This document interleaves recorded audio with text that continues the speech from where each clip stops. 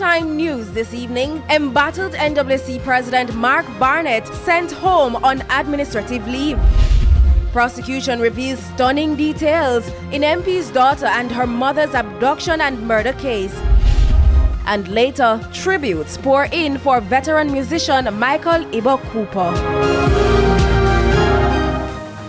Good evening and welcome to Primetime News. We're live on air, and also a very special welcome to our viewers on TVJ International in Cayman, as well as those joining us on onespotmedia.com. I am Javon Keys. And I'm Janella Precious. And coming up in the financial week this evening, Keys, we have some major developments in that Mystic Mountain case. But Jordan is here with a preview of what's to come in sports.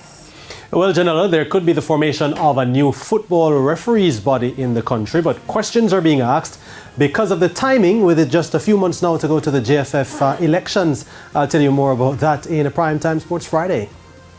Of course, there's also sports commentary E-Prime, and Romain is standing by with a preview of what's to come in the weather report and forecast.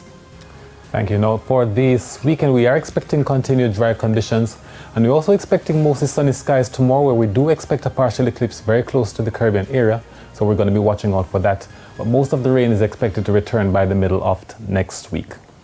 And we're looking forward to those details. But of course, before anything else, we have our feedback question. This evening we're asking, what is your favorite third world hit and why?